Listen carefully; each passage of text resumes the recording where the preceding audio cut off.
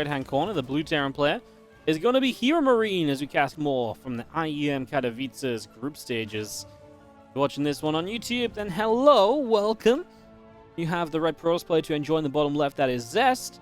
And if you like that, you can like this video. Give it a thumbs up, helps us out a whole bunch, and you know what I'm going to say. If you don't already subscribe to the YouTube channel, consider subscribing, it helps us out a whole bunch as well. Like I say, we're going to have a... we have some really cool stuff planned. Honestly, guys, I've been kind of teasing this thing, but on Sunday we got a cool announcement. I'm trying to just get final confirmations we're good to announce on Sunday, because this is not just a throw it together and announce whenever thing. I'm trying to confirm we can announce on Sunday. I'm going to put some show matches together and stuff like that. It should be a whole bundle of fun. And looking forward to it. I think it should be a really, really good time. So fingers crossed that we have that. Like I said, there's just so much cool stuff coming up, so stay excited. As this probe of Zest is going to scout out on the map barracks from HeroMarine, not really anywhere too crazy. This is not a barracks which was looking to get, you know, too much done or anything like that, so not the end of the world, as you are going to see a little bit of probe SCV battling happening. Factory is going to go down just to the side, and the SCV across the map here from HeroMarine wants to try and see what's up, and, well, Zest is not going to drop down a Nexus. He's gone Gate, he's gone Core, but no Nexus. Starts up a Stalker, and now HeroMarine is going to build a second barracks in his base. Let's see. Oh, no, sorry. No, he is. But that's not the barracks I saw, actually. The barracks I saw that was coming back was the barracks that was coming back home to land. But he is going to build a second barracks, so my mistake actually makes me look smart. Yeah, that was me just seeing it wrong. But yeah, he is going to build a second barracks, and he's going to stick on one base here. So we're going to get one base versus one base. His Stargate is about halfway done at the moment. And the Warp Gate is coming along as well nicely from Zest 2. As HeroMarine, I mean, 2 racks really suggests a very heavy commitment. What exactly do we go into? We have the gas to play a starport if we would like to. We have the gas to do anything. If you're going to play one base, though, I imagine you will go up to a starport, but you absolutely have to start getting some units out of the factory. You know, you just need that factory to support for any kind of one-base play to be effective. Like, just Marines and Medevacs, I feel like that sort of attack may as well just be off 2 bases. It hits a little bit later, yes, but it just doesn't really have the the fighting power initially. So I like this a lot more, and I actually do think that HeroMarine is going to be in a pretty... I mean, it's going to be interesting because he's against a Stargate opening as well. Stargate is wonky against one bases because the Oracle obviously can harass a bit and pick up info, but it doesn't help a lot during the defense 9 times out of 10, so that's a factor.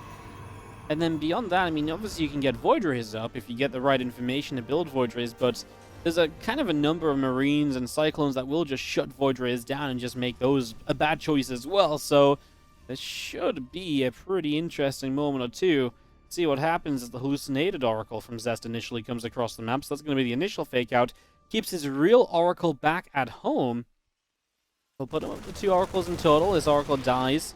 Sees a reactor, a tech lab on the barracks and factory, respectively. The Reaper jumps up as HeroMarine wants to try and get some information. You can see that Zest is just like, oh, well, I'm just going to expand and start up a Void Ray, realizing that this is still looking to be pretty committed, but he didn't get confirmation of the second barracks, so he doesn't have full info just yet as to what's going on. A pylon will go down on the natural, and the Twilight Council is also on the way up. Now the double Oracle together going to come into the main base, look for even more information, and we'll also look for some SCV kills. They're actually going to go diving onto the Cyclone there. The Cyclone taking some hits is going to go down. Uh-oh. HeroMarine going to lose the Cyclone. He's going to lose some of these Marines, and the Cyclone's pretty important in this situation too, because the Cyclone can just power up your defense. Now that said, these Oracles are going to go down. One of the 2, at least the other one, is going to get away. HeroMarine rallying across the map. The Void Ray, over halfway done at the moment.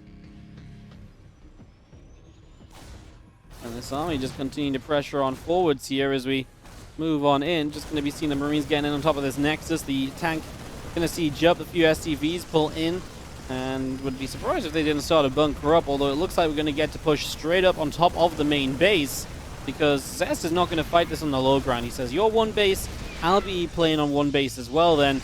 let me, have a chance to get a second Void Ray up and really play with the power of that. Super Battery popping already. He's going to go for this, but now the Zealots are out of Super Battery range.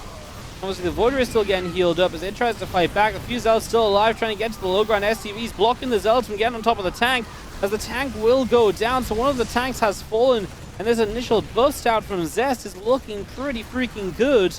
And he will still lose the natural expansion, but he takes down a lot of the tech there from his opponent, and a lot of what stands in his way. I mean, there's Viking in the tank, a lot of the Marines. And I feel like Zest puts himself in a good position, trades not too badly either. The resources loss deficit really comes from losing the Nexus. Obviously, that still counts, but... well... third Void Ray about to pop. I mean, Void Rays get more and more dangerous because the more Void Rays you have, the more quickly things die when you get to, activate Prismatic Alignment and target fire something. So, Void Rays continue to become more and more deadly here as the Cyclones having a lock on to help against the Warp Gates. Tank continuing to fire away, and just going to be seeing the tank repositioning slightly. The Cyclones lifted up, they're going to drop back down. Wow. And you see the Void Rays just going to town, right? Again, that's the power of that. That's the power of the, the Prismatic Alignment. Didn't even see the tank die, it was just gone. And now we've got the Stalkers to push this back, and this really is not looking pretty for HeroMarine. Down 15 workers, loses the medevac. He is going to get rid of the Void Rays, though. Well, if there's ever a chance, he might have just given it to himself. Removing the Void Ray count. The Void Ray count is the one thing which I feel like if you keep the Void Rays alive, there is no way for HeroMarine. With the Void Rays dead, there is maybe a slither of hope. Like I say, down a lot of workers. He is, okay, it's equal-ish army supply, up a little bit. I mean, that's great if you can put it to use and actually win a fight with it all, but, well, you got to win a fight with it all. It's going to be very tough indeed, as we have got Stalkers in the middle of the map. Going to find some of those units. The tanks were siege, though, and the Stalker goes down for being so adventurous. So unfortunately, that Stalker does die. Now Marines are loading in the back of this main base, so they're going to come through. The Void Ray trying to help. The Void Ray again just going very low. Will have the healing necessary for a few moments at least. Now it's going to go down if Zest doesn't respond to it. No, Zest! We can't keep losing Void Rays, mate. I know we've got a lot of Stalkers here, but the Void Rays are the thing that very quickly remove stuff like tanks and etc. from the equation. Right? You know, they remove the tech units from the equation. The tech units are what really win HeroMarine this game. If HeroMarine's going to win this, it's going to be off those tech units getting into dangerous positions and dealing some mega damage. Well, they're going to be able to do that much better and for much longer without the Void Rays in this guy. So Zest in a bit of a weird place. He's still up a lot of workers. He doesn't actually have a natural expansion, right? So he's got a long distance mine to try and take advantage of it. So he isn't super far ahead on the income. It's kind of ping-ponging a little bit in his favor. He was ahead earlier, but obviously now not the case. So another question to be asked. Does get a fresh meal, forces the SCVs to pull away. That's really nice. This new Oracle just helping out a lot. I say new Oracle. Yeah, it is. There was 2 Oracles initially that died. This is another, and he's actually just built another one. Now, this does come at an investment cost, right? This is something you're building where you're saying, hey, I'm going to build this instead of a Void Ray. I'm going to build this instead of all these other things that have been very effective and very cool so far. And as the Vikings go up there, they pick that Oracle off, so they will get that kill. I'm just going to be seeing our probes long distance mining at the moment on that bottom side, so still long distancing. Zest not going to take the moment, just slow it down and say, oh, you know what? Yeah. I'm just going to drop into my, Nexus and play the natural expansion. Is that a mistake? It's a tough call. Oracle comes back in. That's another new one and just puts even more SCVs under pressure, meaning that HeroMarine is more all-in than he ever has been before with this push, which is impressive to say because he's been one base for almost 10 minutes now. The Vikings, Marines, and tanks are still all edging forwards. Does catch a tank with the Stalkers as well, so making use of those, well, that's really nice to see. Is obviously the problem still will be that this army has made its way all the way across and into position pretty much, so that is a problem, as we'll see if Zest can hold on the high ground. How do you get these Stalkers back into play for siege tanks? And this is what I was talking about. If those tech units get to take a position, well, then you're in a lot of trouble, and that's where the Void Rays would have helped a lot. If they can take down 2 tanks immediately in a fight just because of how quickly the Prismatic Alignment kills them, brilliant. Now, absolutely different scenario, as we do see the Oracle and the Sorgers coming in, looking to clean up the tanks here. The Marines are doing great up in the main base. Apparently no battery energy remains at the moment. Just a little bit of healing going off in the end, but the tanks have survived the onslaught on the back lines, and so the tanks survive, and they're going to push further up. They're going to have a better time of this. And I think this is going to be a clear-cut victory for HeroMarine in the end. I mean, it was not clear-cut on the way here, but getting here in the end definitely seems like HeroMarine is the only one who is going to take that down. That is going to be GG, and that is going to be HeroMarine taking the first map of this best of 3 against Zest with some one base all in action. In the top right-hand corner, our blue Terran player who is going to be up 1-0. It is HeroMarine. Taking on the red Protoss player in the bottom left-hand corner of the map. This is Zest.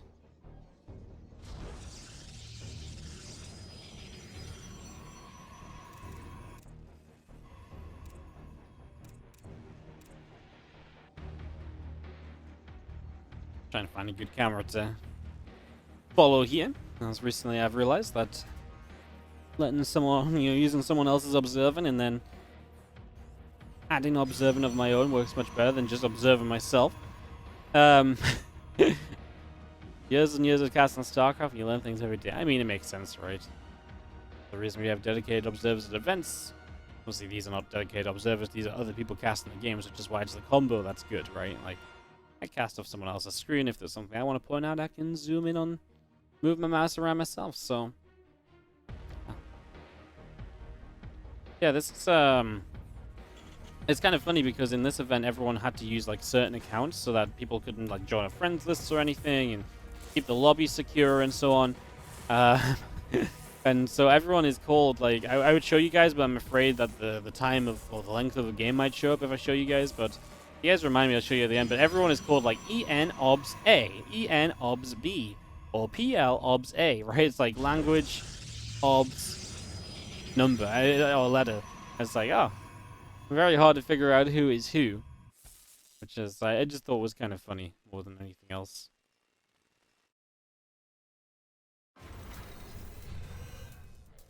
SCV takes the watchtower. As the Marine comes forward, gets rid of a probe. And just going to be having the Nexus about halfway along at the moment. So pretty much everything you expect. HeroMarine is going to play Rax Factory in his main with a CC in the main. Now, this game he didn't scout. He scouted the watchtower. There's not necessarily a reason to play the CC in the main because you're afraid. What there is a reason to play the CC in the main for is for the mind game, right? Because Zest doesn't know. If Zest scouts, he didn't know that HeroMarine is not actually on one base. And he just got one base all in, so it's a very smart build from HeroMarine to use after what he did in the first game. He really builds on what he just did and tries to use that to his advantage. There's a couple depots will drop down, and the Adept continues to the upper right-hand corner. Well, Hellions are on the way. The barracks building up a tech lab at the moment. And yeah, just obviously, I mean, you scout up there, you see the factor on the reactor, at least that tells you a little bit what this could be, but I mean, there's still a possibility if this was one base that this could be like an armory on the way down and Cloak Widow Mine drops super early in the game, for example. And Zest is actually going to go 2 extra gates, then a Robo, so pretty good at stopping kind of frontal aggression. Robo obviously would provide detection if he does believe it's going to be Cloaked Widow Mines. But when it's just an expansion to, 3-gate Robo is not exactly brilliant. You're going to have a defensive Terran player who does not need to get across the map and do damage.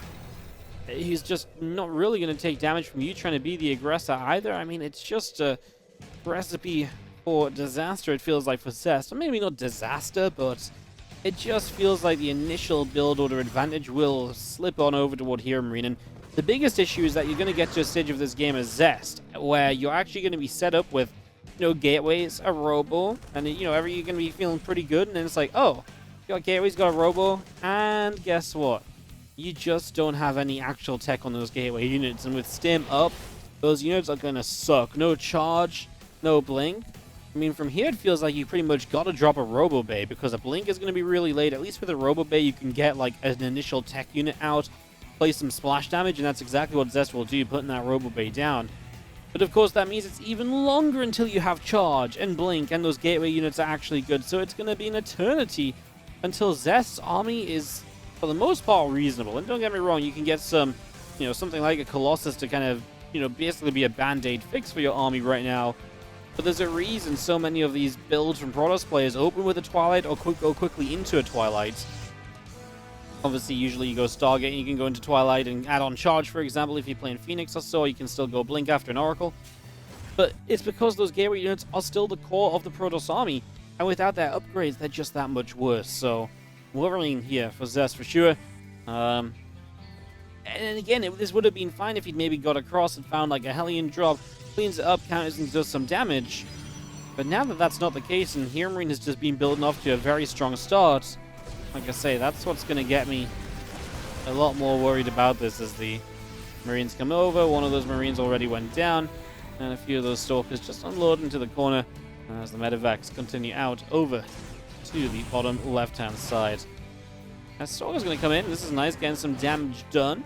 Zest will get rid of 6 SCVs, so that's a really good stop. But what will he have back at home to defend? Well, it's really so many eyes on that Colossus. There's 2 sentries and a Adept. Okay, he just got a new warp into Stalkers there as well as a little bit of buffer. Let's see what these Medivacs can do, because, yeah, if Zest doesn't deal with this properly, he could just lose the game right here. He is doing so much damage across the map, though. 10 SCVs going down is obviously a really substantial number. Like, that's a lot of SCVs that have died right there. So that's kind of a big deal for sure as these Stalkers continue to fight. We're just going to be seeing even more SCVs going down. I mean, this has been fantastic from Zest. Can't doubt that. Credit to him. When he needed something, he found something. And more than just something. If he killed 5 or 6 SCVs, we would have been praising it. But 13 is very commendable. And he only just lost that one Stalker now. So there's about 12 SCVs without actually losing anything. And now loses 1 Stalker as he goes up to 13 kills. He killed off a bunch of Marines in that process as well. I mean, there's just nothing to hate about that. That was fantastic stuff. As we actually, interesting enough, go into an Immortal now on the follow-up. So we go Robo Bay, 2 Colossus. We're even going to start Colossus dropping with the War Prism speed, a Zest special. He's one of the few players that will Colossus drop regularly. And this build was never really set up as a Colossus drop, but that's what it will turn into now. As we stim in, these Marines will not do much. The Colossus and a Guardian Shield, good to defend. But yeah, interesting to now go into an Immortal and I guess just start focusing on a Gateway army. Behind these couple Colossus, that Colossus dove in and that was a tank in position and that got shut down. But yeah, I guess just you go into the Immortal because you're seeing a lot of kind of armored units and a lot of Marauders, the tank. And you just believe that buffer in your, your army is going to be much better than adding even more splash damage in. Obviously bonus damage to armor, but more than anything, just tanky. Immortals will absorb a whole ton of shots, and that really does go a long way and helps out a whole bunch for the most part.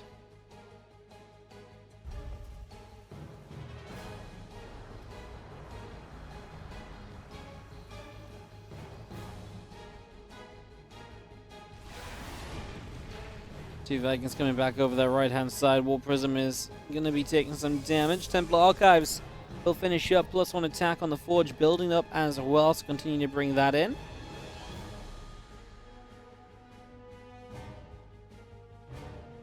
Prism just about escaping away as the Sentries, the Immortal, all of that continuing to get settled down.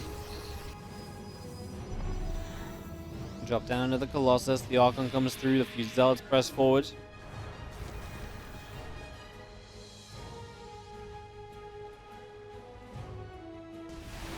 Nice shots on these Vikings. Just well positioned, getting a free shot off initially.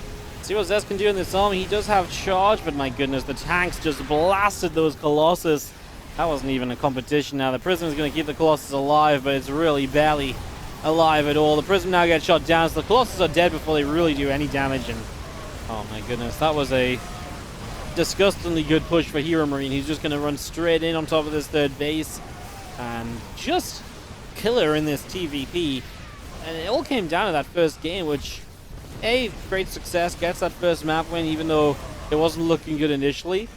But B, because obviously then you get that one game up, you have that safety net that Zest doesn't have, and Zest is just playing, like I say, I feel like a suboptimal build, almost afraid of or wanting to counter something similar, something again where HeroMarine doesn't expand initially, and really felt like HeroMarine played around that a lot. Obviously now we're going to watch the death throes of the Protoss players. Tanks continue to siege up on the natural. The Archons press forward, the super battery is active, the bio army stims up to help. The Archons doing decent splash damage, but man, the tanks are putting on a killer performance as they clear out pretty much everything.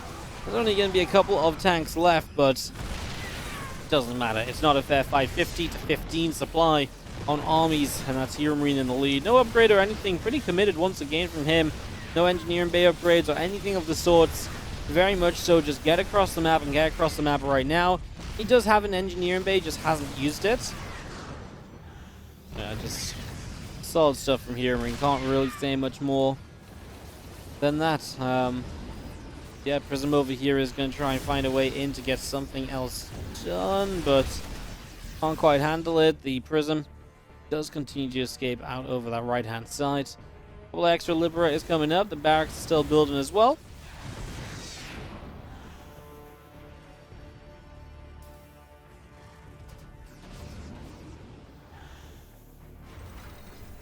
Storm is already on the way, and a couple of High Templar about halfway done also. I mean, just getting that Storm really started up now as Zest tries to throw a bit of a Hail Mary. I mean, I like the Prism, right? You gotta do something. Your opponent still is on 2 bases, so maybe there's a chance if you can deal some damage, you get a good Storm or 2. Maybe it's not completely out of reach. I can appreciate the positivity he's still trying to bring to this game. Obviously, I feel like we are just going to see one big push from... Oh, I feel like we're going to see one big push from HeroMarine that should pretty much wrap it up, but I suppose we will see exactly very soon. Liberator here, going to start hitting those Stalkers, and they're going to start taking quite a bit of damage. So, Stalkers... Okay, well, good healing from the battery, and it's SCVs that have died, not probes at least, so Zest keep himself now in this game. Liberator comes to the left-hand side, and this one's going to get shut down pretty quickly too, so harassment of HeroMarine not doing too much, and I almost wonder if it would have been nicer. I mean, obviously, hindsight is everything, right? And we get to see that this didn't work, so now I'm like, oh, well, maybe you should have kept those Liberators for the push. Well, yeah, obviously, because they didn't do anything harassment-wise, but yeah, I do kind of wonder if there maybe could have been something to kind of do the, kind of get going. It's just going to be seeing the Bioforce pull back. Storm lands on the tanks as it's going to land again. The Liberator's going to siege up mid-fight. The Storm on the tanks helps, but it's just not what you need. You needed Storms that killed all the bio. As Zest does not have the numbers, and HeroMarine finds a 2-0 with some convincing TvP. I really think that just a very convincing little bit of strategy choice. You know, first game worked out well. Second game was really kind of Zest responding to the fake out, and yeah, it just felt like Zest was never ever comfortable in this second game due to that. And obviously, then HeroMarine puts himself in a great position. That's how